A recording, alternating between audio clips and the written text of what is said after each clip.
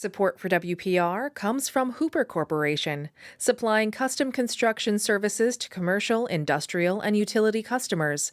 Committed to quality and integrity, Hooper is dedicated to supporting the communities where they live and work. Support for WPR comes from 4imprint, providers of promotional products for businesses, including embroidered apparel, trade show items, and logoed business gifts. More is at 4imprint.com. 4imprint, for certain.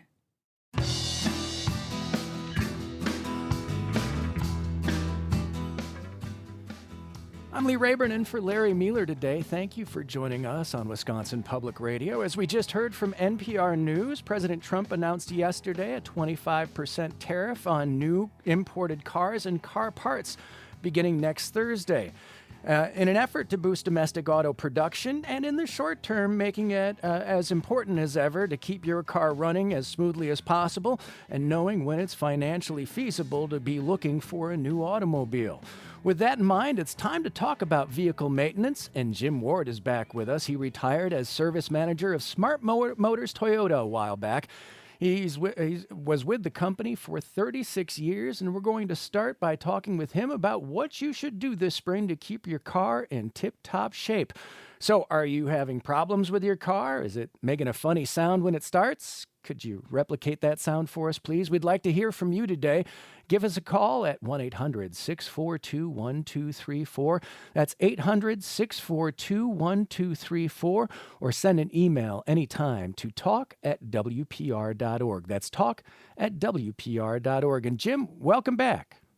Thanks, Lee. Thanks. It feels like spring out there, and it makes you start thinking about road trips and summer driving, and things that it feels like we're going into an easier season. But yeah, summer and spring have their challenges for our cars too.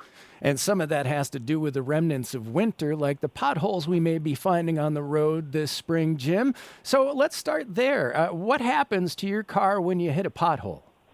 Well, hopefully nothing, and usually nothing, and that's what gives us confidence that we, drive around and don't necessarily watch them that closely. But it can do some serious damage. It can blow a tire, it can blow the tire and damage a rim, it can damage parts of your suspension.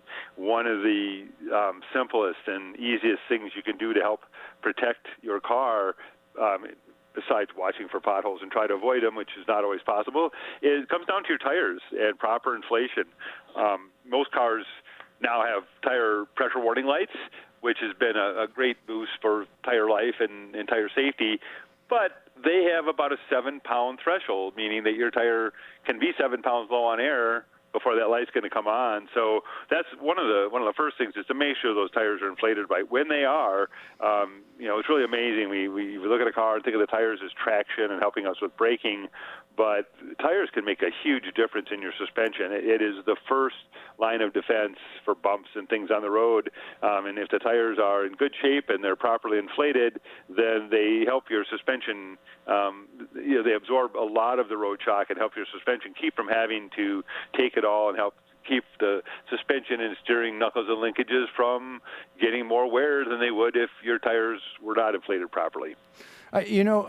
Quick Trips have, you can fill your tires at just about any Quick Trip anywhere across Wisconsin, and other gas stations as well, and they come with their own tire pressure gauge. Should I be able to trust that tire pressure gauge pretty much, or should I have one of my own in my glove box? It's a good idea to have one. They're not particularly expensive. Over the years, it'd be a regular drill we'd do a couple times a year, have all the techs in the shop, check their gauges because they get off. And, clearly for a tech who works in a shop and uses that thing many, many times a day, it may wear sooner and it might get inaccurate sooner, but there can be quite a variance in how tire pressure gauges read. And so that is definitely something I would recommend, is investing in a good tire pressure gauge. And that's probably less than a $10 investment, but you can't go just by looking at a tire and Yeah, the gauges are notoriously inaccurate. So I'm just thinking about a $10 investment versus new tires for hundreds of dollars, and right. it just makes sense right out of the gate. But we're here in Madison, and we've got 70-degree temperatures tomorrow. The possibility of snow next week. With these fluctuating temperatures in the spring, what does that do to our tires, and when's the best time to check our tire pressure? Well, the weather change, particularly when the temperature drops 10 to 15 degrees overnight or more, we tend to see a drop in tire pressure. It just happens. It's a natural physics of the way a tire and rim are put together, and the temperature dropping. It used to be we would have a little parade of cars on those days when the temperature dropped significantly overnight, of people coming in with a tire pressure light on. So when we have those kind of temperature drops, that's a good time to take a look at it. One of the things in particular that can be a little confusing about tire pressure and where you should put it is that every tire has got a tire pressure number on it, and that is the tire manufacturer's maximum pressure that tire should be put at, unknown what kind of vehicle it's going to be on. That is not the pressure you want to set your tires to. Inside the driver's door jamb on the car, there's a little plate or a little sticker that will say what the manufacturer's recommended tire pressure for your vehicle are, and that's the number that you want to target and use to set your tire pressures. Let's go to your calls now at 1-800-642-1234 for our guest, auto expert Jim Ward. And we'll start with Steve in Phillips. Steve, good morning. Hey, good morning. I've got a 2020 Ford F-150, and it has the 5-liter Coyote V8 engine, about 80,000 miles, and it's starting to use oil, like 2 or 3 quarts between oil changes. I see horror stories on the internet about, engine replacement, and I'm just wondering if I should be worried, if I should get rid of this truck. I usually keep my trucks to 200,000 miles, but I'm wondering about this one. You seeing any oil leaks, Steve? No, it's on a clean driveway and nothing's leaking. Interesting. Yeah. What do you think, Jim? Well, yeah, and it would take a massive amount of oil leak to go through it. Steve, what oil change interval do you use? How many miles are you going on an oil change? The recommended by Ford, I forget if it's 5,000 or 6,000 miles. Okay. Always synthetic oil. Okay, yeah. So that is quite a bit of oil consumption, and that's it's an indication either that we've got piston ring problems or some kind of a valve seal leaking. It's not terribly difficult for a mechanic to take a look, pull a spark plug out and take a look in with a little scope. To be able to make a determination which way it's going. The main thing with that situation is to keep the engine full of oil. That means checking your oil pretty frequently, and you probably do.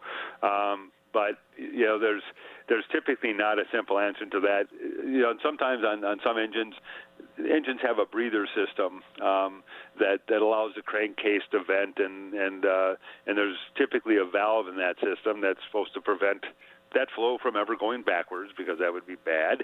And that valve is typically called a PCV valve, positive crankcase ventilation valve. In some instances, that valve can get plugged, and if it does, it can create some oil consumption. The rate that you have is probably more than that, but in our best hope of hopes, we always like to think maybe it's just a cheap, simple answer.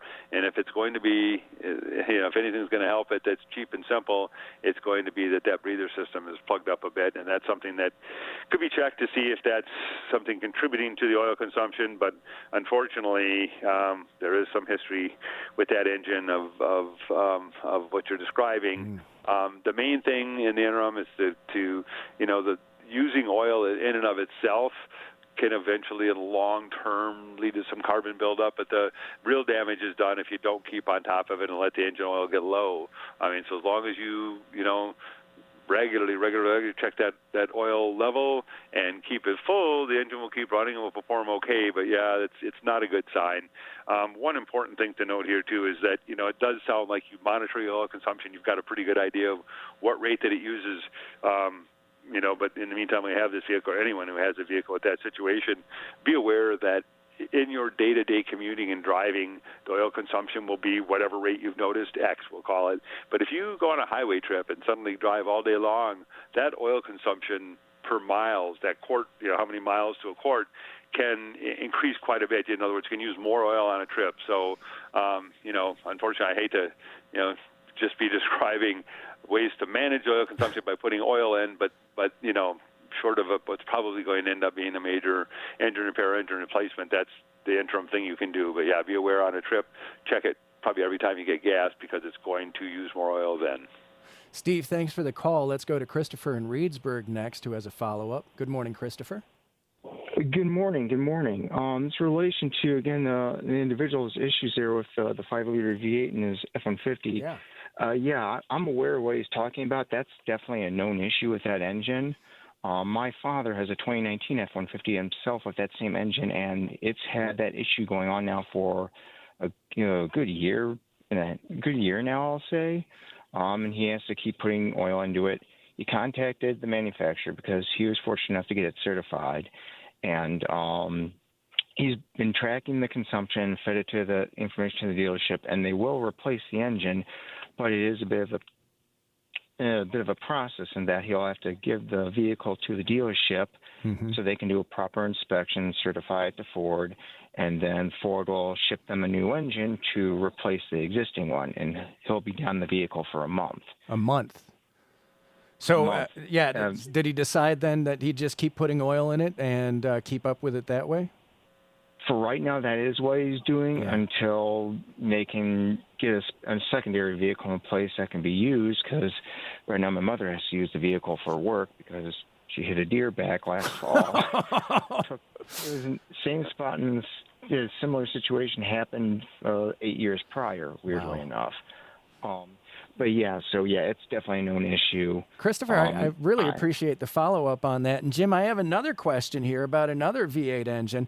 Richard emailed, he had purchased a used V8 truck with 110,000 miles and wants to know if he can switch to synthetic motor oil from conventional oil at this point.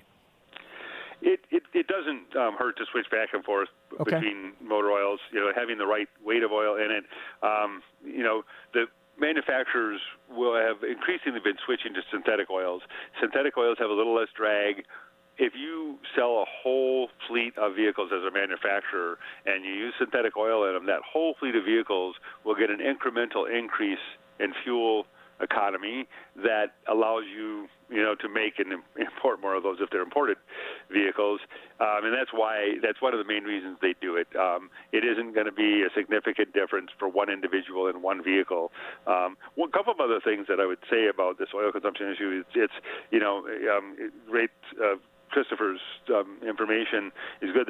Manufacturers often have customer support programs, they call them, that are not necessarily really recalls, so you're not necessarily going to have Ford or any manufacturer reach out to you in that situation and say, hey, there's a problem you may have with your vehicle. So anytime you have something like that, whether you do or don't service at the manufacturer, at the Ford dealership, that's fine. But to contact them and find out if they do know about it. There are technical service bulletins about this particular Ford issue, and there's a class action lawsuit going on as well, which may result in an increased customer support program from what they have now.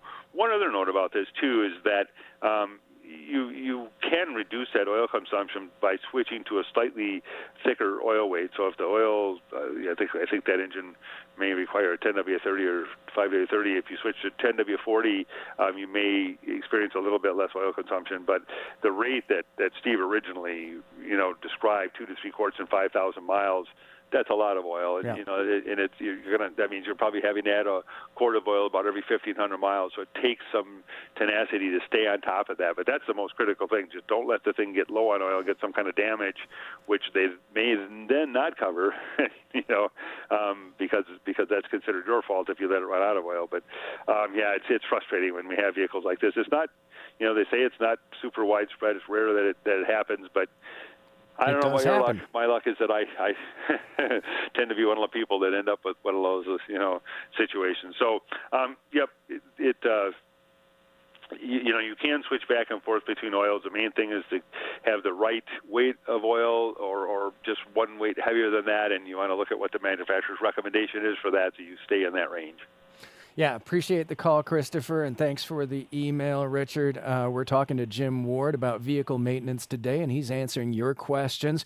And we're asking you to try to make any sort of funny sounds that your car's making and see if we can't diagnose it for you. You can join the conversation at 1-800-642-1234.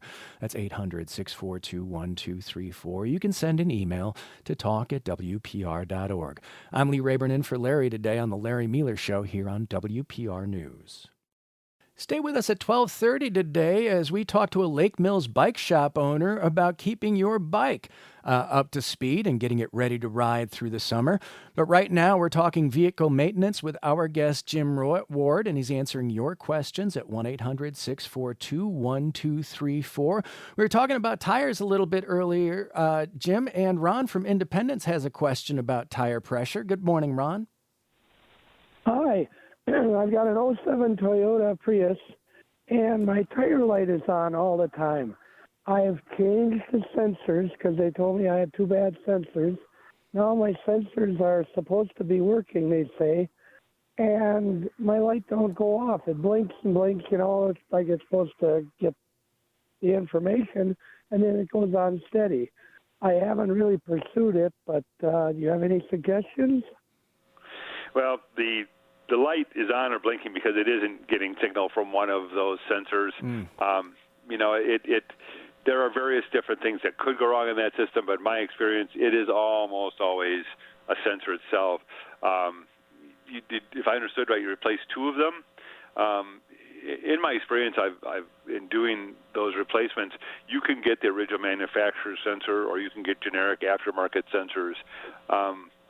With Toyotas in particular, I've had difficulty with the aftermarket sensors. I'm not necessarily against using aftermarket parts, in any given application, but in that particular instance, I just tend to see this scenario. You put a new one in, and it just will not either initialize and communicate with the car's tire pressure computer that's looking for a signal for it, or it will it'll initialize it at first and work, but then it forgets it and falls out and doesn't. So I would look back and see, were those sensors OEM Toyota sensors or not? If they weren't, that's probably suspect to be part of the problem. And if I understood right, if I recall, I thought you said you replaced two of them.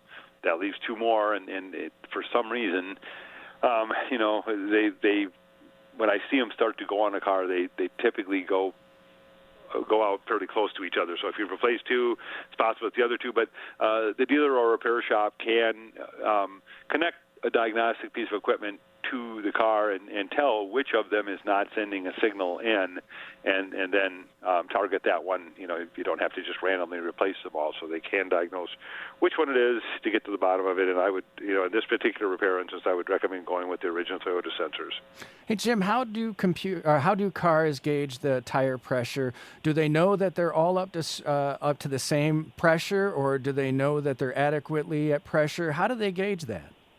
Well, the early tire pressure systems use rotation sensors. So they actually had a little ring attached to the axle that looked at the rotation with magnets, and as the tire pressure changes, that rotation is going to be different. A tire that is inflated right is a greater diameter, and it's going to turn X number of times in a mile, and as that tire gets lower on air pressure, it's going to be a lesser diameter, and it's going to have to turn more times. And so the computer is calibrated. And now those were the early systems. The newer systems use like a radio frequency, and there's a vibration. There's a specific frequency that should occur when that tire is at the right pressure to give that signal to the computer. And if the tire gets low on pressure or too high on pressure, that frequency changes. And that these systems are a bit more advanced, and it can tell that and read that out, and basically the computer tracks. And some vehicles have the ability to show you on a display on your dash what each tire pressure is. And if it's if you look at that and there's one missing, it just doesn't have a figure and your tire light's on, that's the one that's not working. If not every vehicle has that display, but a repair shop can connect a diagnostic tool to the system, and then they can see it even if you can't on the dash, so they can tell which one it is. But that's how they work. Most vehicles currently use the ladder system with the frequency that's created by the right pressure in the tire. Ron, appreciate the call. Thank you very much. We've got more tire questions for you, Jim Ward, now from Nick in Green Bay. Nick, good morning. Hi, thanks for taking my call. My wife was coming back from out of town for my son's basketball tournament. She called me up and she's like, I just blew a tire. I'm like, not a big deal. It's going to be a 20-minute fix. Well, she's got a Ford Escape, and there's a screw in there that drops the spare tire. Well, that screw is completely frozen solid. So instead of being a 20-minute job, it was a 4-hour job. Any and this is on the highway. They're doing 70 miles an hour past me. Any suggestions on how to get that spare tire down? It's a terrible engineering thing that they put on there. Yeah, it's underneath the carriage of the Ford Escape, right? Yep. So many vehicles, so many vans, so many pickups have similar mechanical systems like that basically get rusted. They get seized up. Mm-hmm. So number one, in terms of preventative, and even in the situation you're in, your first and best friend is a penetrating oil. You want to, a few times a year, get under there or take it and have this done somewhere, have them spray penetrating oil on the mechanism, wind that tire down, wind it back up a couple of times, keep everything lubricated and moving so that it doesn't have a chance to get rusted in a fixed position like that. Once something like that has happened, and it's stuck and you're on the road with a flat tire, really it's still your best hope is that penetrating oil will work. Penetrating oil won't work every time on every seized bolt, every seized thread, but you basically spray it on there and then try slowly working it back and forth to try to get if typically the way the penetrating oil works, you can move it a little further one way and then you tighten it back up and loosen it, and if you keep working that back and forth, usually you'll be able to free it up. There's one of the things we could talk about at some point is a kit in your car that's got various things in it for emergencies, from blankets to food and shovels, whatever. But one of those things should be a can of penetrating oil for an instance like that. 20 minutes to 4 hours on the interstate. Nick, I feel for you, and thank you for sharing your question. I appreciate it. We've got room for you now at 1-800-642-1234 or talk at WPR.org with our guest, auto expert Jim Ward. We'll go to Craig in Eau Claire next. Craig, good morning. Good morning, guys. Interesting show. My question is, I have a 2017 Ford Taurus, and my daughter has recently heard a little bit of a squeak when she's kind of accelerating and then turning some corners. And I looked at the serpentine belt, and it appears to be okay. I'm just wondering what other things to look at or what might be causing this little squeak. It's just kind of a rhythmic, high-pitched squeak, squeak, squeak, but real faint. I appreciate the sound effects, Craig. And accelerating and turning the corners on a 2017 Ford Taurus. Any ideas, Jim? Well, Craig, I think you were that a dry belt would be a very common thing, and the belt can look like it's in good condition. Cracks in the belt, which are usually one of the things that tech would look for, won't really necessarily cause a squeak. The belts can get glazed up, and that can happen from a lot of different reasons. It can glaze over time. It can be glazed up from something that was on the road, something that spilled, that splashed up and got on it. There are belt conditioners that you can spray on a belt, and if that is the noise, that would tend to at least temporarily quiet it down. So if there's a time it's doing it a lot, one of the simplest things you could do to eliminate that belt would get to some belt conditioner, spray it on it, drive it, see if circumstances where it normally makes it doesn't anymore. Could tell you if it is or isn't the belt. Otherwise, there are so many things in a suspension and steering system that can make that kind of a sound. It kind of comes down to, I remember, that's just one of the best part about having a vehicle that's got a sound when you're in a repair shop is the person describing it to you that on a PA. Could you say that a little bit louder? Because after that, it all just gets a little more difficult. You're trying to track down just where any given random sound is coming from. There are, part of it is just experience and knowing what you've seen on a given model before. But again, belts are the most common things. Various wear and other steering components can also cause squeaks. But I would almost have to sit in and listen to it and then start trying to narrow down and trying to see how easily I could recreate it. And is there a given turn or a given thing that recreates it a lot? But I would start with that belt. That's still, I think you were on to a good thing. And in the majority of cases, in my experience, that is what it came down to. Craig, thank you so much for the question. And how often would we, I mean, it's 2017 Ford Taurus, how often would we be thinking about changing the belts in our cars?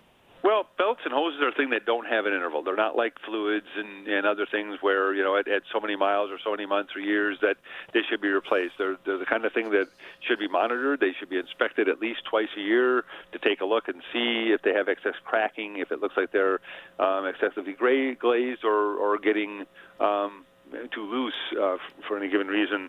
Over the years, that type of material that belts are made out of has improved considerably. I just, it's been, I can't recall the last time I saw a belt actually fail and come off of a vehicle. So, typically that used to be the circumstance under which they get replaced, or you'd see a bunch of cracks in it. But anymore, they're more often replaced when they start to develop an annoying squeak, something like this one. So, a belt could go 10 years easily on vehicles. On the other hand, I wouldn't be surprised to see any given belt have to be replaced maybe in 5 years, but I wouldn't expect anything any more frequent than that. Thank you for the question, Craig. Really appreciate it. And we'll go to Andrew in Madison next. Andrew, good morning. Good morning, guys. Andrew, thank you for the time. This was a really interesting conversation, and it sparked my interest. If this is not a relevant question, just hang up on me. That's fine, but I think it is, because a couple of these questions from other guests and other. So here's my situation. I have two cars. I live downtown in Madison, Wisconsin. I work in healthcare. I have for half of my life, and I don't drive them. And I'm trying to see. So even talking about the belts and the oil conversation was really, really interesting. I'm trying to figure out what to do. If I have to go into hospitals, I'm right here, so I'm generally grabbing a bus pass, and I'm not driving these cars, and that is not healthy for these cars. And they're both nice cars, but I'm trying to see if you have any advice. I understand plugging them in. One is not taking a charge. I just need a new battery. But when it comes to basically a car sitting, I think it's a perfect question, Andrew. Yeah. You have on what to do? Yeah, because there's that's something that is many people starting after the COVID lockdown were able to work from home. Yeah. And Madison is a community where that different communities may have different rates of that occurring, but Madison was a community where that occurred at a very high rate. And, suddenly people were finding themselves in exactly that situation where this thing isn't getting driven. Mm-hmm. Well, the best thing you can do is to drive it. Obviously, if you could make some time, even just once a week, to take that car out for a 15, 20-minute drive, it's the battery, the tires tend to want a flat spot when a car sits too long. Batteries will tend to fail earlier, in a car that doesn't have that regular charge and discharge. The battery's made to go through that cycle regularly. Condensation is more likely to build up inside of various assemblies in the motor and everything else. So the best thing you can do is to try to set some time aside to take it out for a 15, 20-minute drive. If you can't do that, there are many little things that you can do to try to mitigate the deterioration that occurs from just sitting. If you have access to a driveway or a garage and it doesn't have to sit on the street, you can get a smart charger that basically connects. You can just have a cord sticking out the front, the grill that looks like an engine heater or something that you can plug in, and that basically just charges the battery when it needs it, rather than just like a normal battery charger that's either on or off charging. It's a smart charger. It senses when the battery needs a charge. So that's one thing you could do. Tire pressures, most manufacturers recommend in the winter months, because of an additional loss, actually increasing the tire pressure from the setting that is shown. 2 or 3 pounds, it just depends. There's little charts that show, but you could increase your tire pressure a little bit, not huge, but just a little bit. That's going to make them less inclined to flat spot.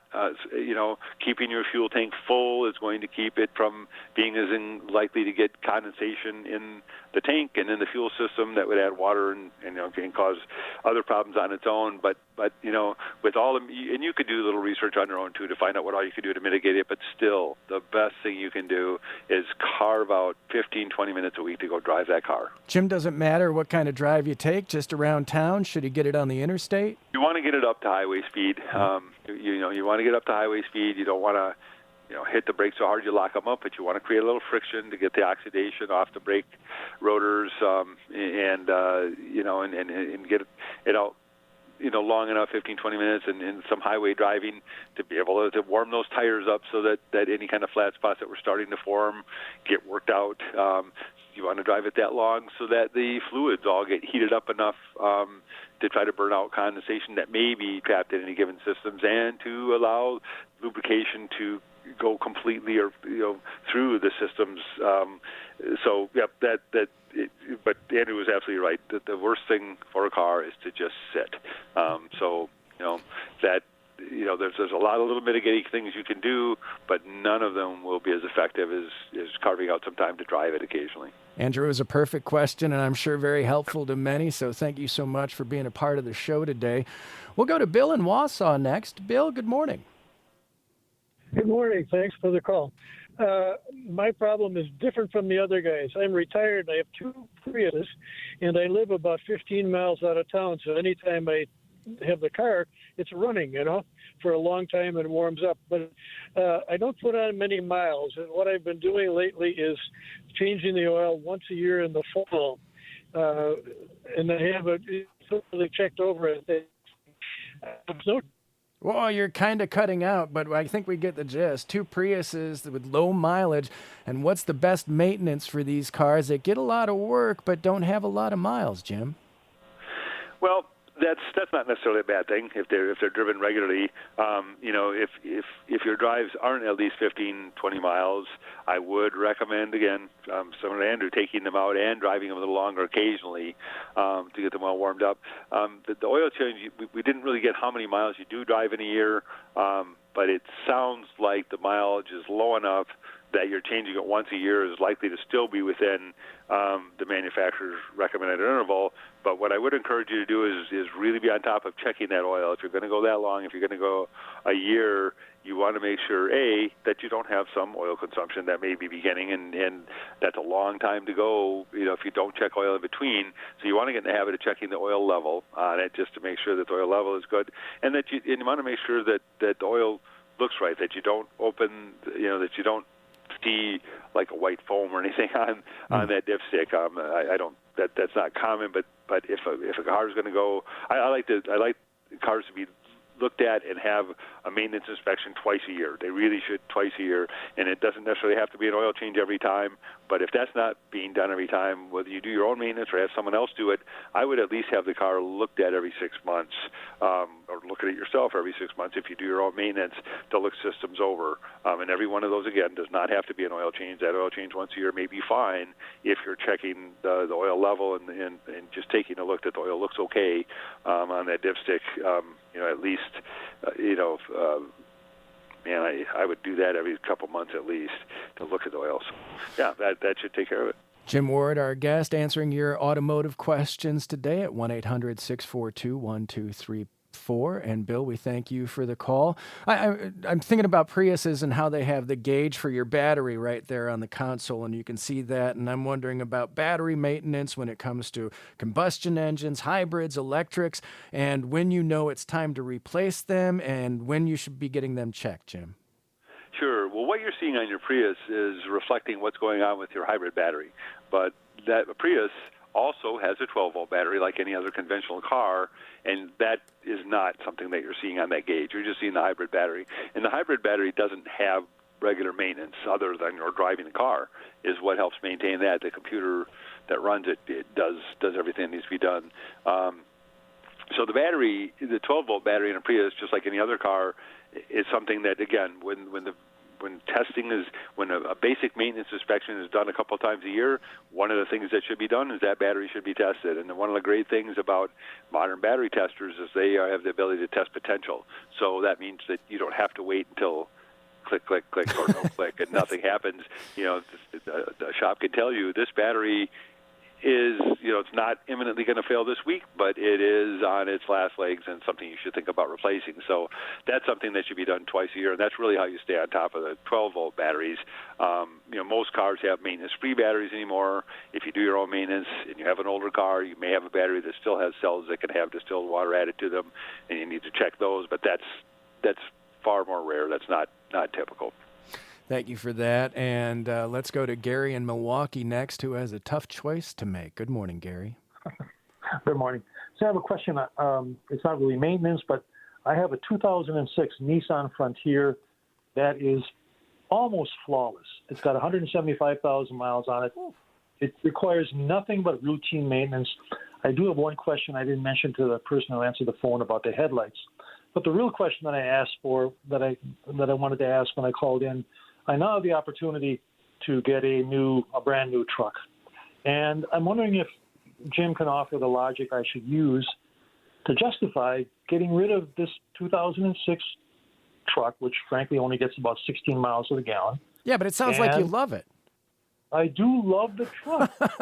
So does it make sense to go to a new vehicle, environmental-wise or mechanical, whatever it is? I said the headlights. The one thing I don't care for, the headlights are not that bright. And, of course, as I get older, my eyes aren't that good either. Right. But I'm just wondering if you can offer advice on swapping out incandescent bulbs in a truck like this with LED bulbs. I'm getting some confusion from the places I go to, and they say, well, put in fog lights, but you're not supposed to put in fog lights and all that stuff. Yeah, thank you, Gary. And, Jim, let's start with the easy question about the headlights. Sure. I mean, I'm not familiar with the specifics of that vehicle and which headlights it calls for, but you can upgrade headlights. It shouldn't be rocket science. It sounds like you've run into, and it may be because it's an '06 and it just there may not be a compatible LED or xenon type bulb that would be brighter, but and part of it, I without looking at the truck, some of the things that happen on an '06, I'd be kind of surprised if the headlight lenses didn't have some fogging. That can be an element in this. You might be amazed how inexpensive. The original Nissan factory headlight assemblies might be fairly expensive, but over the years, my kids and I have, our family has had various things happen to headlights. You hit a turkey or whatever, and so I'm not above buying a aftermarket headlight assembly, and I was just shocked at how inexpensive they were. So if you have fogging on the headlights, or if the reflective surfaces, the chrome, reflective surfaces inside are starting to break down, that's going to affect how bright it is too. So if those are the case, even putting in an LED bulb it's going to help a little bit, but it's not going to help that much. So, it depends really on why the headlight's not as bright. But so those are some things to think about in that area. I love older vehicles. I've always been an older truck kind of guy. Older vehicles, it's cool to keep them going. You think about, 175,000 miles, no problems. And really, vehicles that haven't had a lot of problems, I don't see tend to start having problems. That vehicle may very well make 200, 250, 300,000 miles. And wow. You'd love it when you're sitting in it, taking pictures of that odometer and telling all your friends. But I'll tell you what, the few times in my life, again, I stubbornly hang on to vehicles. I just love that the vintage feel of an older vehicle. And, but when I have upgraded and got a different vehicle, it's like, man, I didn't know what I was missing. Various different safety features and just conveniences that another vehicle would have can spoil you pretty darn quick. What about gas mileage? Well, and fuel mileage too. You never know what is going to happen with the winds of change, but I have a feeling that the price of gas is not going down. So that those are factors. It is a tough decision, but go out and drive some of those newer vehicles that you're thinking about getting. Go out and drive it. Maybe even see if you can get them to let you drive it overnight and drive it for a day and see how you like the new drive system, the different things that it has. The factor isn't just the ergonomics of it. Newer vehicles are safer. There's no two ways about it. If you get in an accident, and that's something that you can't plan for or prevent, you're going to be safer in a newer vehicle. You're going to get better mileage in a newer vehicle. You're probably going to be more comfort in newer vehicles. So as much as I like vintage vehicles, it's always better if they're a second vehicle. Gary, it sounds like you got a tough choice, but there are no wrong answers, and thank you for calling this morning. Our guest is Jim Ward. He's answering your automotive questions and any maintenance you may have, any sounds your car's making that you want to make for us, 1-800-642-1234, or email talk@wpr.org. I'm Lee Rayburn in for Larry Mueller today, and you're listening to WPR News. Tomorrow on Garden Talk, you're going to hear how to grow your own berries, and we'll get some advice for starting your seeds indoors from Diana Elfuth, who joins the Larry Mealer Show. That's tomorrow from 11 to 1 right here on WPR News. I'm Lee Rayburn, and for Larry, and our guest is Jim Ward, automotive expert, answering your questions. And we've got a full bank of phone calls here. But before we get back to that, I've got a follow-up headlight question for you, Jim. Lily emailed. She's got a 2015 Subaru Forester that keeps burning out headlights. Any ideas on why? Well, there are a few possibilities for why a headlight may fail more often. The modern headlights are kind of an unusual bulb, so one of the critical things when replacing them is that it's not okay to touch the bulb like the old movie projectors that you don't touch that bulb before you put it in. Just a little bit of grease from your finger can make it fail. So one possibility is simply that in the replacement process someone has handled the bulb wrong, and that could cause that as well. That bulb goes into a little socket that then screws or gets wire clamped or wire bailed clamped into the back of the headlight assembly. If that is not in there properly, and if the seal doesn't seal and moisture is able to get in there, that is going to shorten the life and cause the bulbs to fail more frequently. And to a lesser likelihood, there could be something in the wiring. There could be a corroded connection or a ground that's not making a good connection that could lead to a shorter headlight life. But most of the time, in my experience, headlights that are failing too frequently are either from how they're being handled or from the fact that it's not sealed properly in the headlight assembly. Have another question about Prius this morning from Ken in Fish Creek. We'll go there next. Ken, good morning. Yeah, you still there? Yeah. Are we there? Yeah, go ahead. Can you hear us? Think we lost you, Ken. I apologize. We'll go to Ellie in Madison next. Ellie, good morning. You're on the air with Jim Ward. Good morning. What do you have for us? So I have a question. I've got a question about my minivan. So I have a 2013 Dodge Grand Caravan that does not get driven very often at all.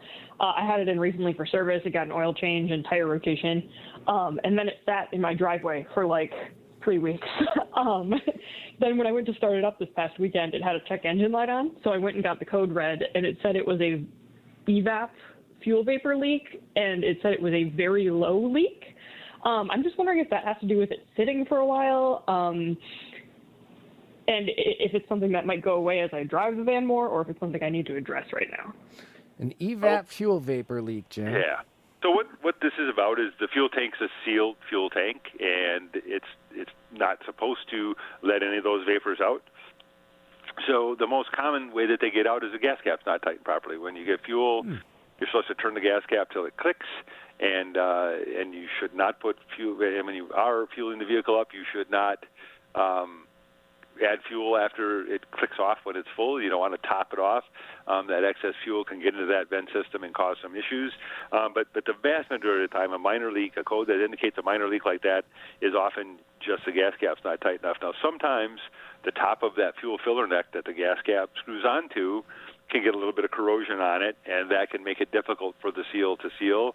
And, sometimes they could just be wiped off. It's something that you want to be a little careful. You don't want to be sanding on that and letting any of that corrosion that might be there get down into the fuel tank. So there, if it does look like it's got some corrosion, you want to stuff something, a little rag or something down there before you wipe that off. But that, in all likelihood, it's just a loose gas cap.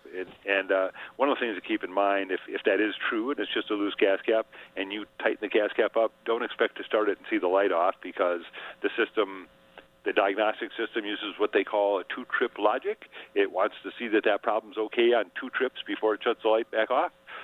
So you're going to have to probably drive it 15 miles twice. Even if that was it, you tighten the cap, probably going to have to drive it 15 miles, shut it off, drive it 15 miles again before before the computer will say, yeah, the problem's okay, I'm going to shut the light off. Let's hope it's something that's simple, Ellie, and thank you for the call. A follow-up here from Jennifer, who emailed to ask whether or not gas gets stale or goes bad over time when your car goes unused. Good question. And yes, it does. Gas does get stale, and you can put various products in it. And again, one of the themes that we seem to be hearing more and more is, I just don't drive it. And and again, I think that's an increasing reality for a lot of people. And so in that situation, one of my personal favorite products is something called Seafoam. You can buy it in a can, and you can put it. It doesn't take a lot. It's not expensive. It doesn't take a lot, but it stabilizes the fuel so that it doesn't tend to break down. Fuel that breaks down can make starting more difficult. It can make the fuel less efficient, so you don't get as good a mileage.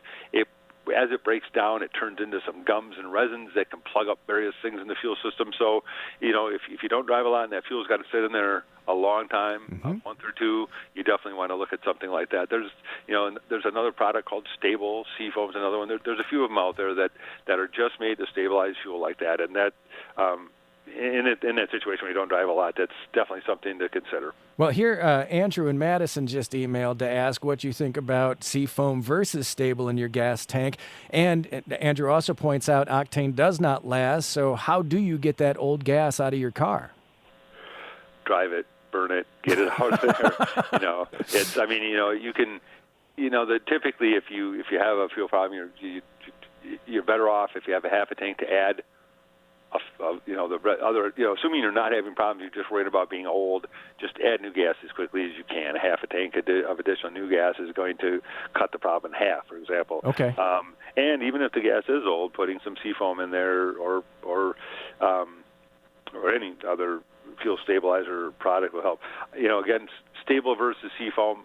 I just like Seafoam. I've used it I used Stable years ago, I switched to this. I use it in everything. I use it in my lawnmowers and my snowblowers. I use it in my chainsaw and all the other devices that in two-cycle oil.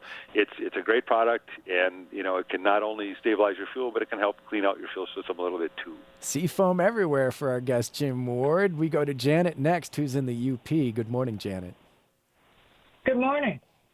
Hi, Jim Ward. I have a question. My son bought a Toyota 2024 hybrid, and twice now they coat the wires with a soybean product, and rodents have chewed on them, squirrels. And according to looking at some websites and that, Toyota doesn't think it's a wiring problem. They think it's a rodent problem. And I guess there's been class action lawsuits and all that. What can someone do to prevent critters from gnawing on wires? Jim? Sure. Capsaicin tape. There is tape made to put over those wires that has capsaicin. In other words, it would be like cayenne pepper. Yeah. Rodents do not like cayenne pepper. So you get capsaicin tape, you tape it over that, and the weird thing is when a given rodent picks on wires at a given point in the car, I've seen this happen. I had someone come in, they had a right rear wheel, tire pressure sensor wire they got chewed through. Had to do a repair on it.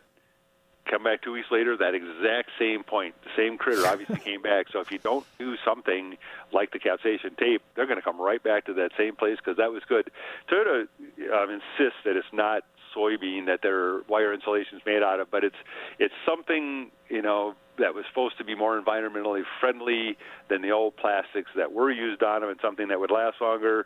And I don't care if it's soybean or not. Rodents do like it. It is not just Toyotas. It's all different kinds of vehicles that they seem to be attracted and like to eat that insulation off. But the capsaicin tape is definitely the end of the problem. You put that on, and unfortunately, cars have a lot of wiring, and it's not all exposed, but some of it is, and so it's not going to be practical to get capsaicin and cover all the wiring in your car, capsaicin tape and cover all the wiring in your car with it.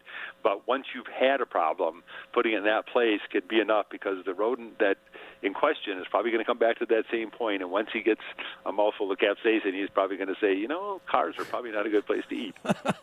Now, is this something I can do myself, or is this something that I'd need a mechanic to help with?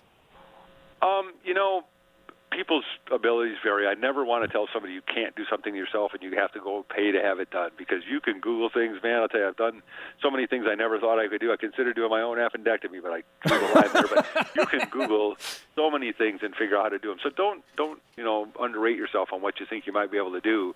But be smart too. If you're reading and it doesn't make sense and it just doesn't seem like this is in your wheelhouse, get some help. Have somebody else do it. Something else I'll say is, just in this particular one, just like cooking with cayenne pepper, if you handle that capsaicin tape, don't scratch your eyes or your face until you've gone and washed your hands, because it will get you. Jim Ward, our guest, automotive expert, answering your questions, and they've been great questions and even better answers so far, and our conversation is going to continue over the next 30 minutes, and we invite you to join us at 1-800-642-1234. We invite you to make car sounds over the phone at 1-800-642-1234, as some of you have. Also, email talk@wpr.org. I'm Lee Rayburn, and for Larry Mueller today, this is WPR News.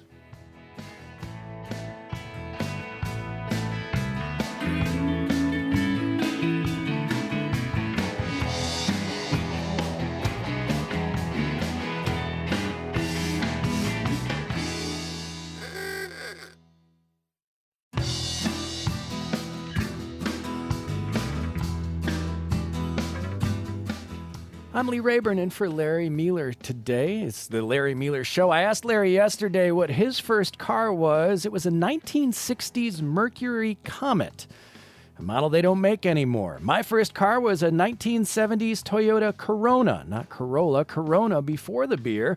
They don't make that model anymore either. Our board operator today, Jeff's first car, a 1980s Dodge Colt. When's the last time you heard about that? We're trying to keep your car on the road today with our automotive expert, Jim Ward, who joins us with answers to your vehicle maintenance questions. Jim retired as a service manager at Smart Motors in Madison, where he worked for 36 years. Before I get you a phone number, let me get you a phone line, because we've got folks waiting with their questions for our guest, Jim. And we'll start with Jan in Viroqua. Jan, good afternoon. Hi. Are you there? Yeah, what's your question? Yeah. I'm driving a 2005 Honda CR-V with 210,000 miles on it, which has been a very faithful, flawless friend. What would explain a sudden drop in gas mileage? I had been doing maybe between 15 and 18, and last time I checked it, it was 10 or 12. And how many miles did you say you had, Jan? 210. 10,000. That's great. So has anything changed about your driving, the distance you drive, or the trips that you take? No. Not really. No. So this can come down to a couple simple things. We've been talking about tire pressures today, and typically, if your tires are low on air, they don't have to be very low for it to start affecting your fuel mileage. About every 3 psi is going to be about 1% less efficient. So if you're 10 pounds low, you may not really notice that driving the car, but that's going to be 3% wasted fuel. Another even more significant factor can be a dirty air filter. If the engine's air filter is dirty, it can drop your gas mileage considerably. And again, you would think that would give you some performance issues you'd notice, but I've seen it over and over where it didn't really seem to appreciably change the performance, especially if you're not out there pushing the limits of the performance. You're just a normal driver. You're not really going to notice that difference. So those would be the two most likely things, and very simple things that I would take a look at is get the tire pressures checked and get the engine's air filter checked. How often would you think about changing your car's air filter? I like to see air filters checked twice a year. You can make whatever kind of schedule you want, but something can happen.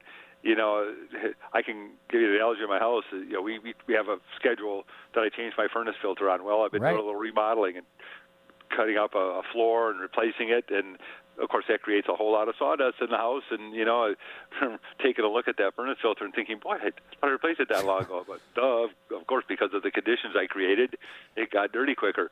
So you're out driving, in just different conditions. If you get behind the salt truck, if you get in suddenly very dusty, dry conditions where there's dust blowing on all over the place.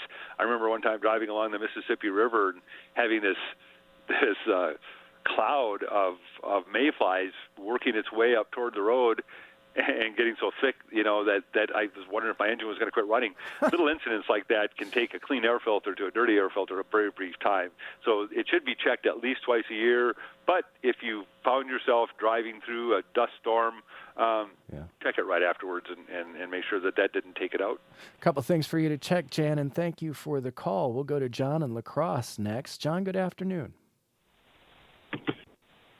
John, I've got a Toyota Camry 2013 that has an odd situation that we can't seem to ferret out with our favorite mechanic. All of a sudden, driving along at 30, 40 miles an hour, maybe 50, we get a shake in the car with a loud rattling sound, and I can feel it through the floorboards and the brake pedal and whatnot. We'll pull over, we'll stop and look underneath the car, see if we can see anything, maybe a stick stuck somewhere. And then we'll keep driving to get home. It's only a couple miles away. Problem will go away. It's happened 3 times in the last couple of months. And again, our mechanic took the car and drove it around and kept it overnight, and it didn't work for him, and he can't see anything wrong underneath the car. John, does it make a noise when it starts shaking? Oh yeah. Can you tell where that noise is coming from? It certainly sounds like it's coming from the back end. Well, I could tell you that what you're describing is kind of a classic. It could be something else, but one of the problems that a 2013 Camry had was related to a device called the torque converter in the transmission, and in fact, Toyota issued a warranty enhancement program for that torque converter problem. It's called torque converter shudder. It just about feels like you're going over rumble strips. It's not quite that much vibration, but it's that kind of a impression that you get, like that I just run over a rumble strip kind of thing. And, it tended to be a matter of replacing the torque converter, lockup torque converter to correct it. I don't remember that I really saw breakdowns as a result of that. It could be a very disconcerting feeling and a disconcerting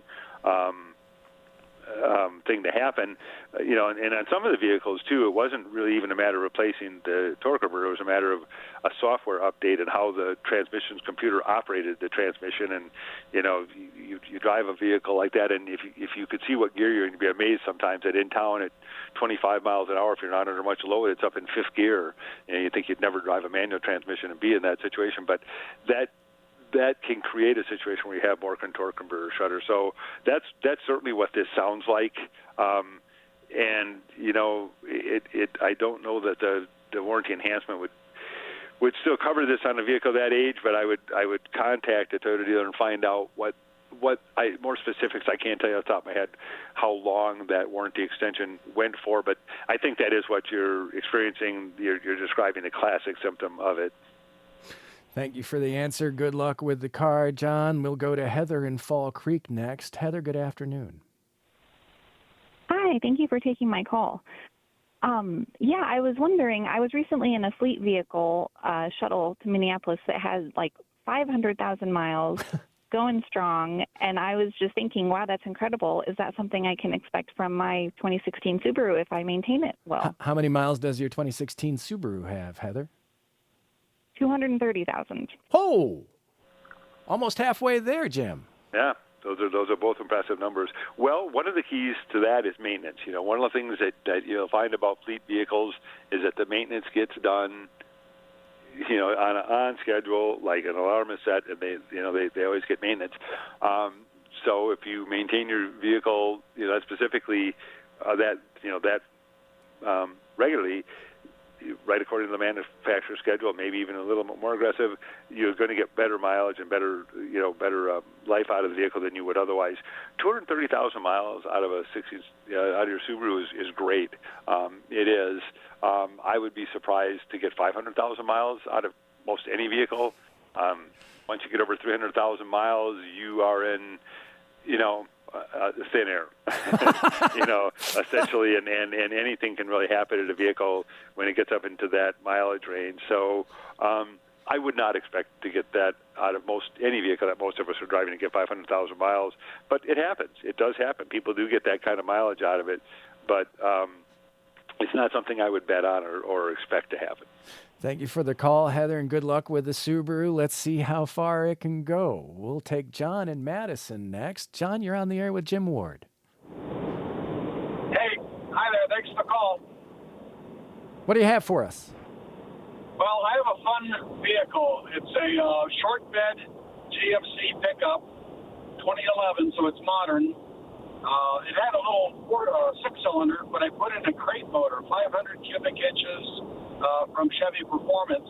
Well, I have a problem. It only has 2,400 miles, and I'm on my second starter.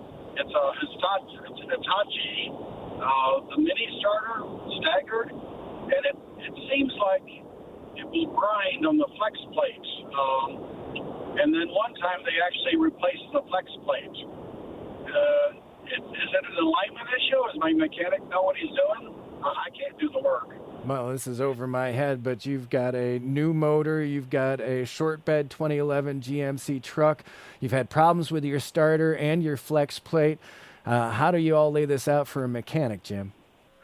Well, the engine is the starter is an electric motor that's got a small little gear that pushed out by a solenoid to contact the flex plate, which is attached to the flywheel of the engine. It starts the engine turning, and that helps build the momentum for the engine to be able to start easier, to be able to start at all. And it certainly does sound like there's some misalignment there. Because if they don't engage properly, obviously the gears are going to start to grind, and you're going to one or the other, whichever one is a softer metal, the flex plate gear or the starter's solenoid index gear is going to wear out. So, this is not an easy one, because now we've taken a stock vehicle, we put in a high-performance motor.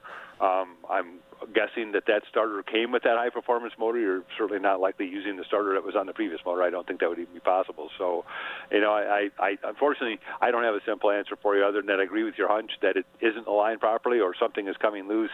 When you put that engine into a car, you're probably not putting it in there for gas mileage, and probably not putting it in there to be able to drive it mildly. So, your mechanic has probably already checked to see that starter hasn't come loose, but again, in high performance situations, those are the kind of things that can happen, when a vehicle is driven hard. I don't know the answer, but the most likely scenario is that they're not aligned right, or something is coming loose and causing a misalignment that's going to continue to cause starter and ring gear issues until it gets resolved. So somebody that's got high expertise in replacing engines with higher performance engines is where you want to be. John, thank you for the call. And who remembers the 90s? Paul in Toma is reminded of the 90s every time he drives his Dodge Ram. Paul, good afternoon. Good afternoon. I will pay homage to the gods if you get this one. It's a 1998 Dodge 1-ton, 5.9 liter Cummins diesel in it, Arizona truck, so it's rust-free. It sat most of last winter, not this winter, the previous one. And when I came back with it, or with another vehicle, I had to replace the throttle positioning sensor because there was a dead spot in it. But now the torque converter, when you're going down the road 60, 70 miles an hour, the torque converter keeps kicking in and kicking out, kicking in, kicking out. Watched all the YouTube videos, did all the snake oil treatments. Any ideas? Second question we've had about torque converters this afternoon, Jim. Yeah. And it's not a common area to have a problem on a vehicle. But so it sounds like you've tried some kind of additive in the transmission fluid to try to adjust this. Is that right? Not in the transmission fluid, but I've tried. You put aluminum foil on some of the wires. I've tried to recalibrate the throttle positioning sensor. There's a little aftermarket gizmo you can buy where you poke it into one of the computer wires, which seems like, well, if this worked from the factory, why doesn't it work now? It's not an uncommon problem, but all of the clubs out there don't give me a solution that seems to work. Well, the throttle position sensor failing, having been replaced, and then having this problem would suggest that there's something there that's not getting the right signal, and that could be the case, and that it sounds like you've done all the tweaking you could find sources for.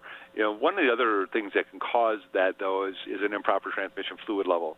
Maybe that's been checked, but if it hasn't, that's somewhere else I would go. Again, you get into a situation where throttle position sensor failed, you replaced it, it could possibly be related, and we kind of get stuck in a loop of it's got to be this, when it could be something like the transmission fluid level. So, you may be right. Unfortunately, gosh, I would like to just slay that one and tell you I had the answer. I don't have a simple answer. It may be something related to the throttle position center and the way things are adjusted, or it may be something else entirely, like the transmission fluid level. But that's the thing I would check next if you haven't done that already. Make sure that fluid level is right, because if it's low, it can give you that kind of a symptom. Paul, thank you for the call. We'll go to Gerard next in Marshall. Gerard, good afternoon. Hey, how are you doing? Good, thank you. What do you have for us? I have a 2006 Ford 500, and I start it up, and it makes a like something's rubbing on plastic noise. And then as soon as you put it in reverse or drive, it goes away. But I think it's got a CVT transmission in it. Well, CVT transmission's probably not making that sound. What describe that sound a little bit more, kind of, or if you could imitate it. What do you get? Well, like that, like if you put a piece of plastic in spokes, kind of like that. Okay, and it occurs the moment the engine starts. It goes, and how long does it go? It'll go as long as you don't put it in park. If you leave it in park, it does it all the time, or neutral. But if you put it in drive or reverse, it goes away. Well, I don't know what it is, but I do know that circumstance is the best scenario you want. The most difficult thing to find is something that's intermittent. So you've got something that you can depend on making that sound. And, sometimes it comes down to good old-fashioned diagnosis, like literally with a stethoscope.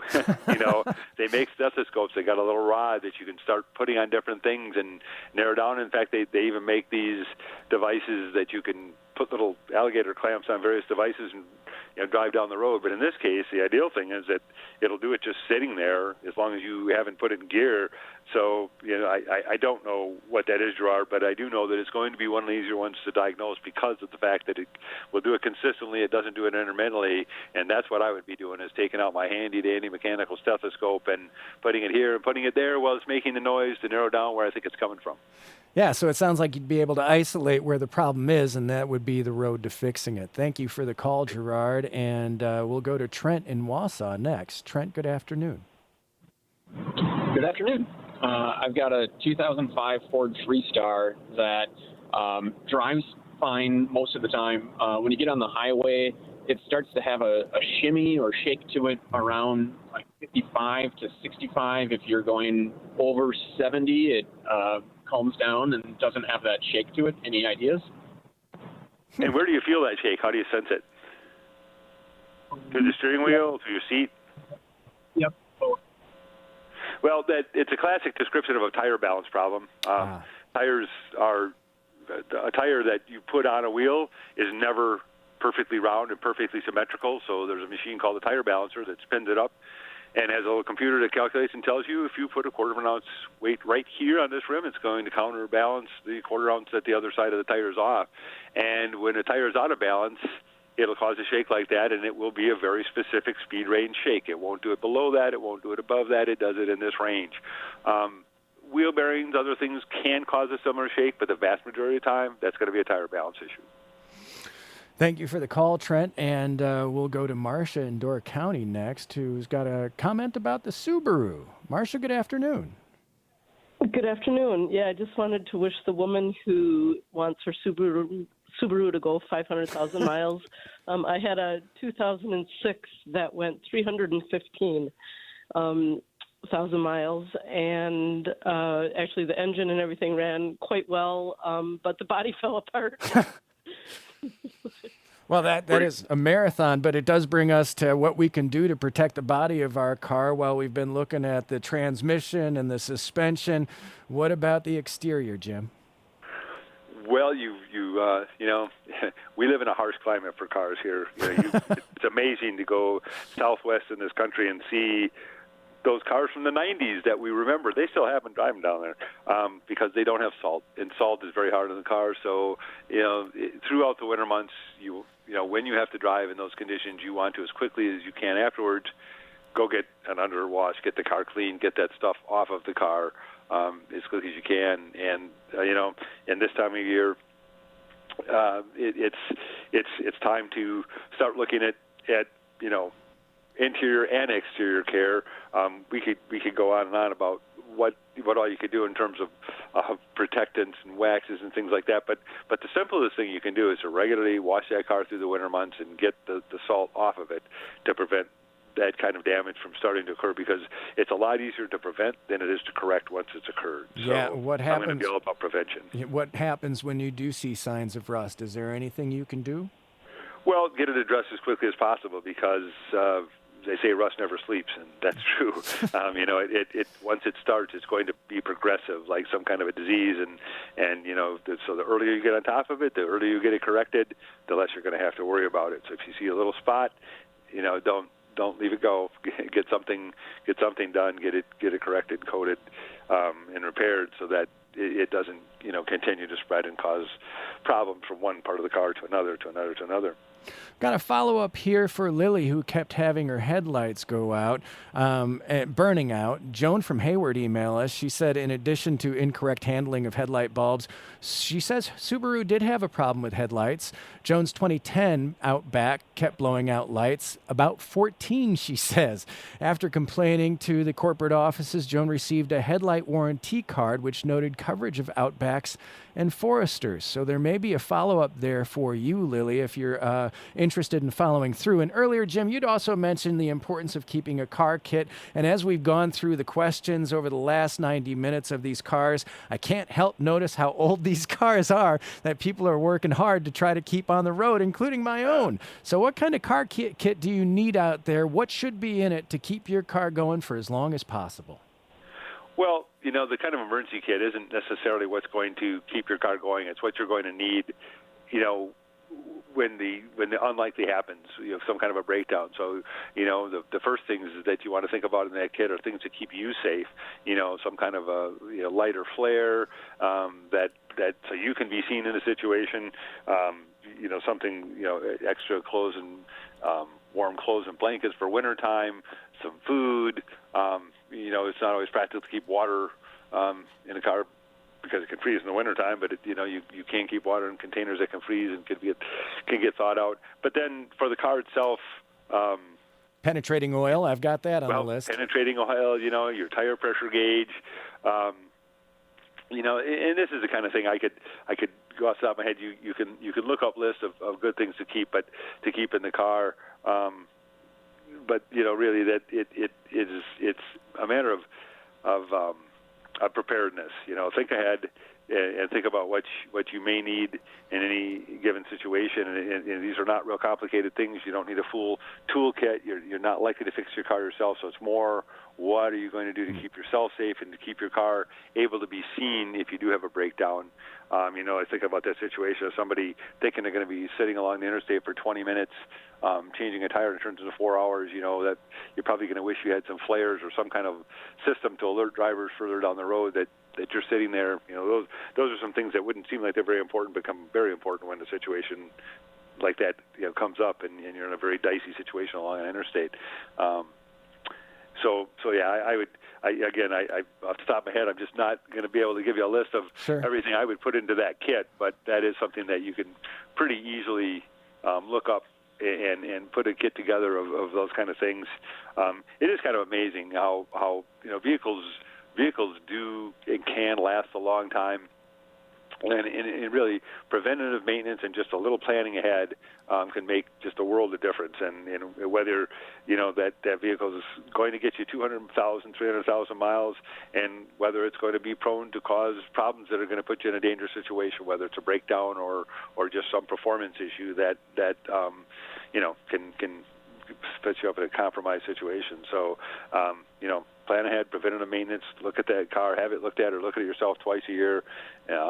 and keep ahead of it. Jim, thanks so much for joining us today and answering all those questions. Absolutely. It's been great. Yeah, Jim Ward, retired service manager at Smart Motors in Madison and a mechanic we can all trust. I want to thank everybody for the calls. I want to apologize for not getting to all the emails, but we're going to turn our attention next to bike maintenance as we get ready to ride through the summer. I'm Lee Rayburn in for Larry Mueller today, and this is WPR News.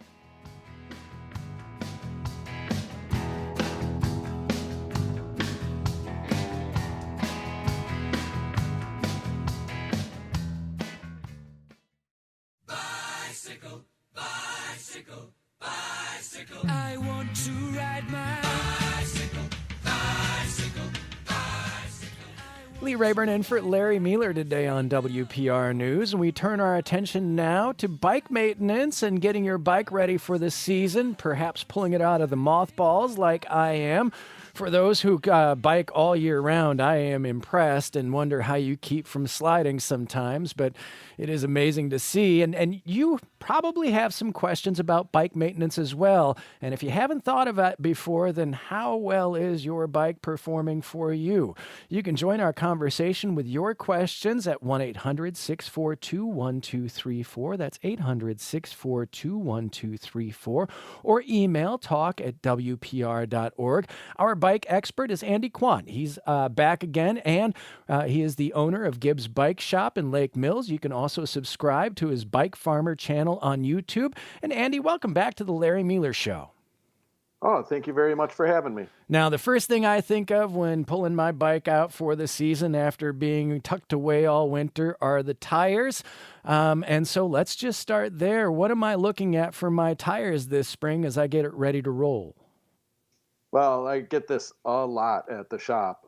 People think that there's something wrong and they have flat tires and they need to be fixed. And the first thing I always check is, do they have the same amount of air in each tire? If one is flat and the other one's just kind of squishy, that means one's got a hole in it and the other one doesn't. If they're both just kind of squishy, you can just generally put air in the tires, make them firm, and go for a bike ride, and you'll be just fine.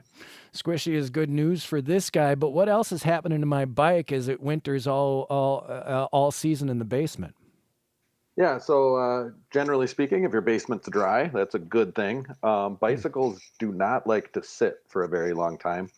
A lot of times I say the number one thing you can do to make sure your bike is working properly is ride it every once in a while. There's a lot of lubrication that came from the factory. It's in the shifters, and they kind of gums up if you don't use them. So that's the first thing is I squeeze the brake levers and kind of work the shifters just to kind of feel to see how gooey that old lubrication has gotten over time. And how gooey what amount of gooiness are you looking for? Well, I don't know. I mean, that's kind of hard to. It's pretty subjective, and I have the experience, right? But you don't want it crusty, I imagine. I mean. Yeah, you don't want it crusty. You don't want things to feel, I don't know, just kind of half stuck. You want everything to be slick and snappy and clicky. Yeah, but how often would you think about taking your bicycle in for a tune-up? Is it an annual thing? I do think it's an annual thing. I suggest that, you just pick a time of year to do it. Generally speaking, the shops are pretty busy this time of year, right, and in the heart of the season. So you can generally tune your bike up in the fall and hang it up for the season and put air in the tires in the spring, and you'll be just fine. But a lot of people do wait till the spring so everything's snappy from the get-go. Ready to ride. How did you get into the bike shop industry in the first place? I think it was just, I got bit by the bug when I was a kid, like a lot of us do. I think between your teddy bear and your driver's license, you have your first bicycle. And, those of us that are lucky enough to have that, it really bit me. And so when I was 13 and thinking about a job, the one place in town, I live out in Lake Mills, it's a small town, and we had a little bike shop downtown. And I said, that's where I want to work. Well, I know it now because I own the shop that, there's really not enough money in it to have employees, especially 13-year-old ones. But those guys let me hang out at the shop and learn a few things and I just kind of cut my teeth there a little bit. And then when I went to college in Madison, I worked at Budget Bicycle Center on Regent Street for many years. So Gibbs Bike Shop, that was around back when you were a kid. That's where you got started, and that's the business that you now own. Yeah, for the most part. So Gibbs Bike Shop was actually opened up in this location in 1933 by Gilbert Kirsten. And then he kept it as like a part-time thing for his whole life while he lived here till about 1990. And then there was another interim shop called the Bicycle Clinic, and that's kind of where I started. But I got my first bike right here at Gibbs, and I live here now. I named my son Gibson 10 years before I reopened the shop. Andy, that is a great story, and yeah, I just love hearing about it. And we do have some questions here about bike maintenance and getting it ready for the summer. I want to remind you, you can join us at 1-800-642-1234 or talk@wpr.org. Let's go to Nina in Menasha. Nina, good afternoon. Hi, good afternoon. Thank you for taking my call. I own a vintage Worksman cycle. I don't know if you're familiar with that brand. Yeah. They're one of the last companies in the United States to hand make bikes. Yeah. Out of New York. Okay, and I have an industrial hauling tricycle. And Cool. to find someone, I know I love it, and I've done it all myself except for I'm bought Kevlar wheels, but now I need to have the spokes trued, and they're extra thick, so nobody can really true my wheel. Do you have any suggestions? Oh man! As soon as you said Worksman, I knew what was coming. Yeah, I mean, I don't know if I do motorcycle shops. Maybe. Because they'd be thicker. Yeah. I don't know how much wheel truing they do. But yeah, I mean, maybe they have bigger spoke wrenches, that kind of thing. I guess it depends on like how out of true are they really? Do you really need to make them that straight because there's not brakes? A lot of times those bikes have fenders on them. Maybe they're rubbing on the fenders. But Andy, what do you mean when you say truing your bike tire? Yeah, so truing a wheel is making sure that the rim is straight and you put it up in a stand and you can kind of spin it, and so you don't get any wobbling side to side or up and down. You want to make sure it's round and rolling true. And rolling true is like straight. And so we have a way of doing that. And you do that by loosening and tightening certain spokes depending on which side of the hub they go to. Best of luck, Nina. And that industrial tricycle sounds awesome. And the vintage Worksman, good luck. I'd be interested in hearing a follow-up to that. I had an issue with my bike last year. It was making a click when I was pedaling, Andy. And I have bike mechanic friends in the neighborhood. And the first question they asked me was, when's the last time you greased your chain? And I said, why do I need to grease my chain? Pulled out a rag, some good chain grease, and that click went away right away. So I'll ask you, how often should I be greasing that chain? Well, I don't think you ever really want to put grease on a chain. You do want to get some chain lube and there you go. Lubricate your chain once in a while. I know it's a matter of semantics, but no, that may make a difference. Yeah, it really depends on how much you ride and where the bike is stored and that sort of thing. I would say, I put a couple drops on each link. I just kind of really lightly lubricate my chain once a month or something like that. So this is something you should have on hand. Yeah, I think so. If you ride regularly, but then again, for the casual rider, unless it's rusting, just go for a bike ride. Enjoy yourself. Who cares if it's making a little clicky noise? What are some of the other things that I should have on hand for my bike that are quick, cheap, easy fixes that can maintain it for the long run? Well, I kind of half jokingly say that the number one most profitable question I have is, do you have a decent pump? Yeah.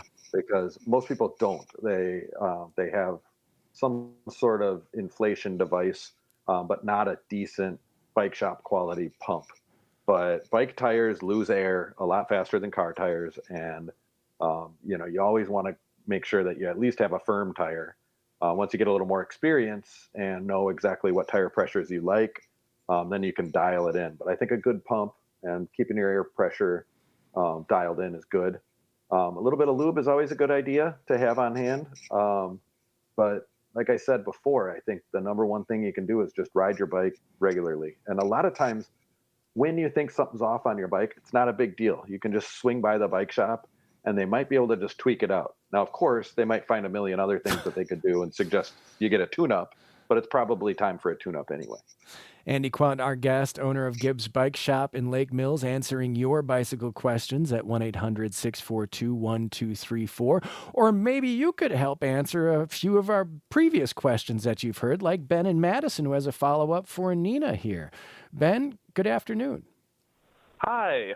So I just heard about the thick spokes problem and the truing. Yes. To be honest, I'm not familiar with the type of bike that Nina was talking about, but I do have a lengthen bike, which has really, really thick spokes, and I just had this problem. The rear wheel was pretty significantly out of true. It took a hit, and a regular bike shop told me that they could not work on it. They did not have the tools. When I took it to an lengthen dealer, who work on other bikes, of course, they had the necessary equipment and tools to work with those thicker spokes. And so I'm wondering if that might be an option for Nina when she was talking about her bike. Perfect, Ben. Very much appreciate the possible solution for Nina and truing her wheels on her industrial trike. And maybe the Lengthen Bikes retailer would be a place to go. What do you think, Andy? Yeah, I mean, it's certainly worth checking. The Aventon is an e-bike, and e-bikes have opened up a whole Pandora's box worth of problems for us, bicycle service people, including that. Like, it's really kind of the wild, wild west out there with e-bikes. So you get a lot of different spoke sizes and that sort of thing. And sure. It can be hard to navigate that. So a lot of shops are just kind of saying, nope, that's not the kind of product that we work on. And it's a problem. But as far as going back to that tricycle, the tricycle wheels are very different than bicycle wheels. So they don't even really fit in a typical truing stand. And it's just kind of a very atypical situation. I have a follow-up email here from Ian Madison. For those who are interested in biking year-round and braving the winters of Wisconsin, he says studded tires are the best. They've never slipped on ice once with their studded tires and highly recommend for any folks who want to ride through the cold winter. Andy, are you a year-round bicycle rider? I have been a year-round bicycle rider, and if I lived in a city and had a commute and rode on sometimes icy surfaces, I would definitely be using studded tires. He's absolutely right. They are a game changer for winter commuters and make it possible. You also have your YouTube channel, The Bike Farmer. Tell us a little bit about how that got started and what you found doing it. Yeah, so the YouTube thing is certainly an interesting new world I found myself in. I'm a napper. I like to take naps in the afternoon, and I was watching Bob Ross, Joy of Painting, every afternoon and taking a quick 20-minute power nap.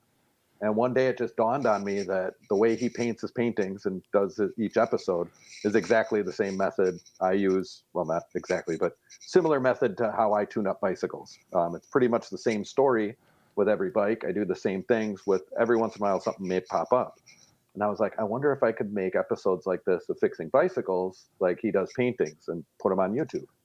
And then one thing led to another, and I started doing it, and now here I am, and that's what I do.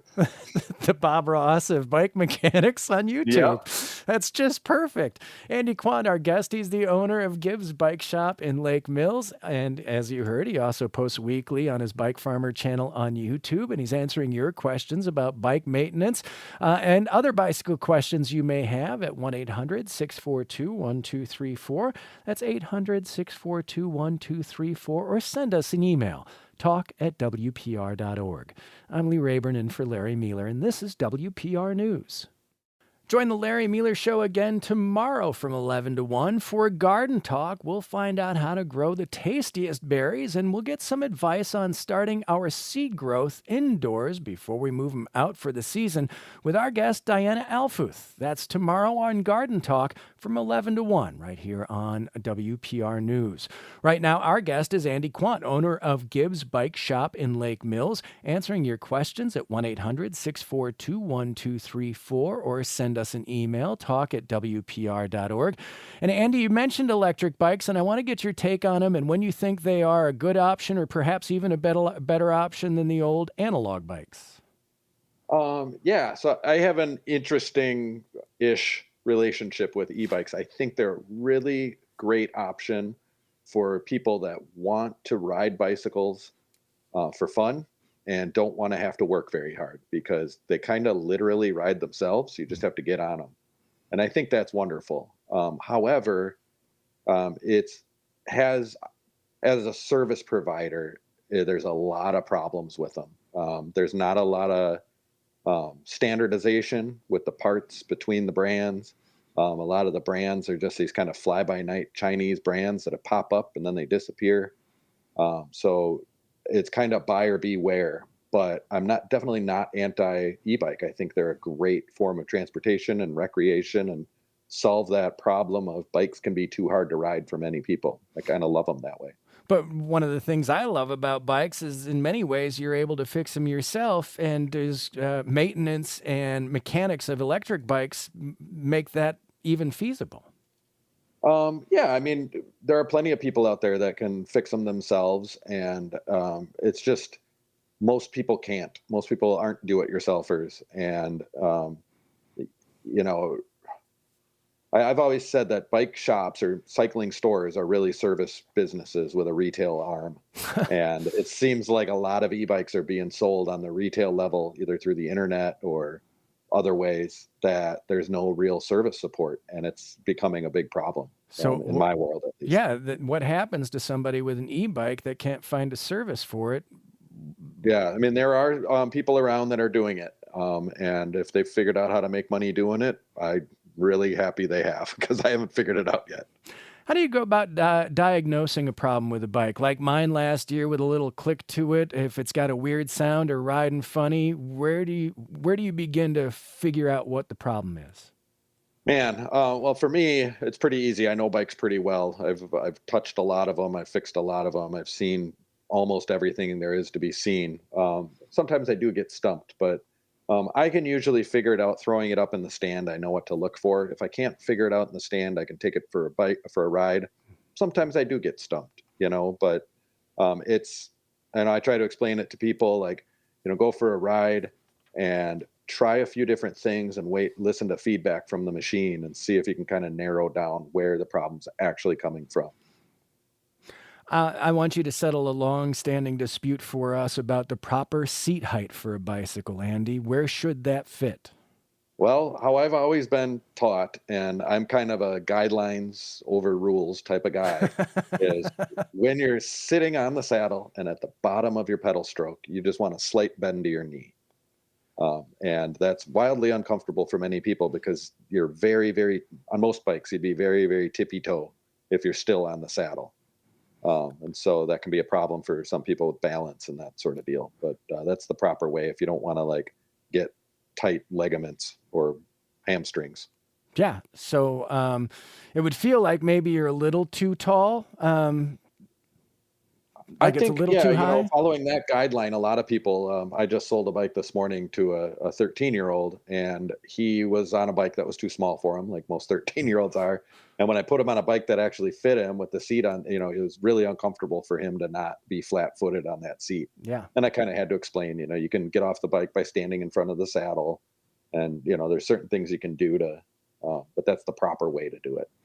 Andy Quandt, our guest and owner of Gibbs Bike Shop in Lake Mills. And would you walk us through fixing a flat tire? I feel pretty confident with the front tire, but when I get to the back tire and the gears, I get a little concerned. I don't know what I'm doing back there.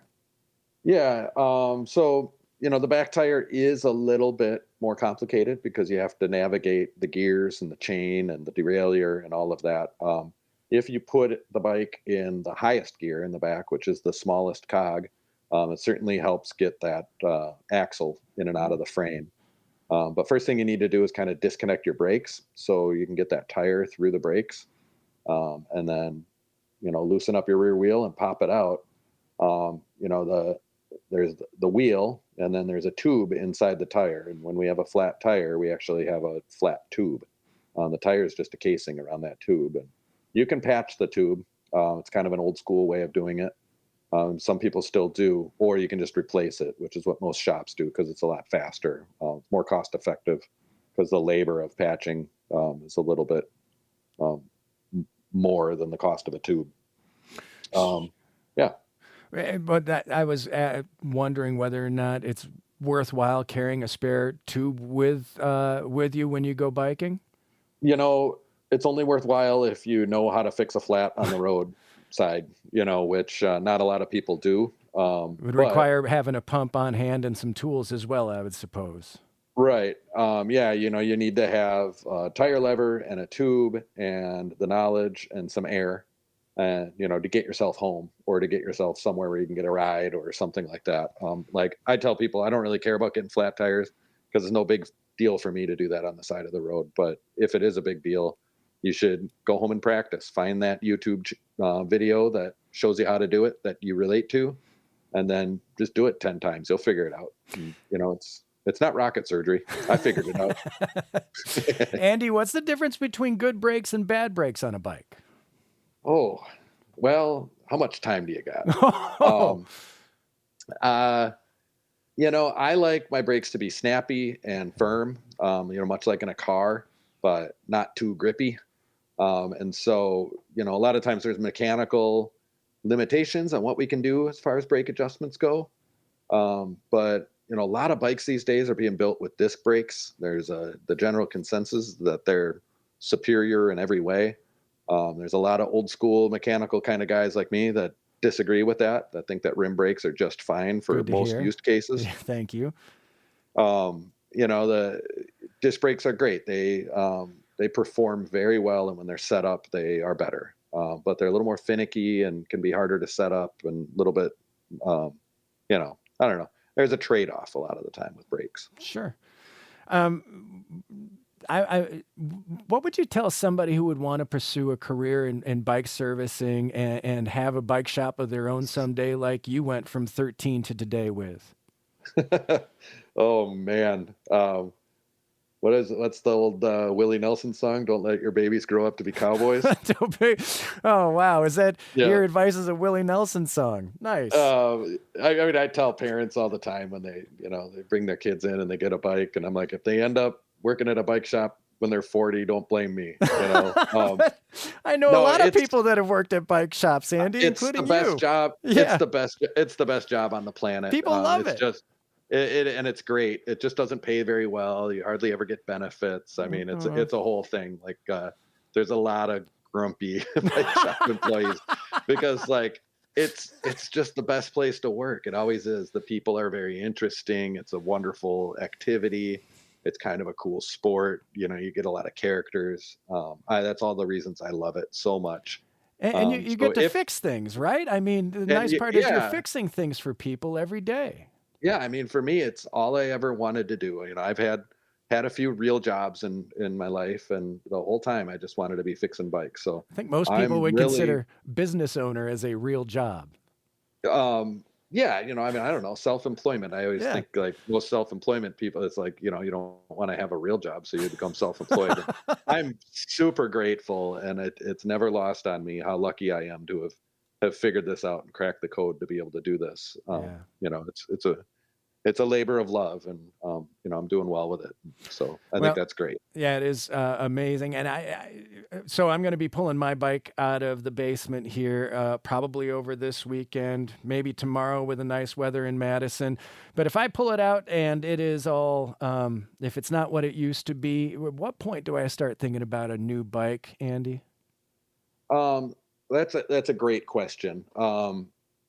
So, if you really are riding it and you really don't like it, then it's probably time for a new bike.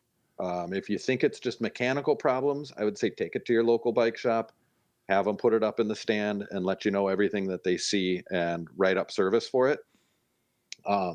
Sometimes if the service gets to the point of what it would cost to replace it, you have a choice to make. Some people are like, oh, I don't want to get rid of my old bike. I love it. I've had it all these years. People like me are like, yay, new bike day. That's all the excuse I needed to get myself this one of these new modern bikes. What if I'm finding a little bit of rust on the frame? Is that a concern and cause for going shopping?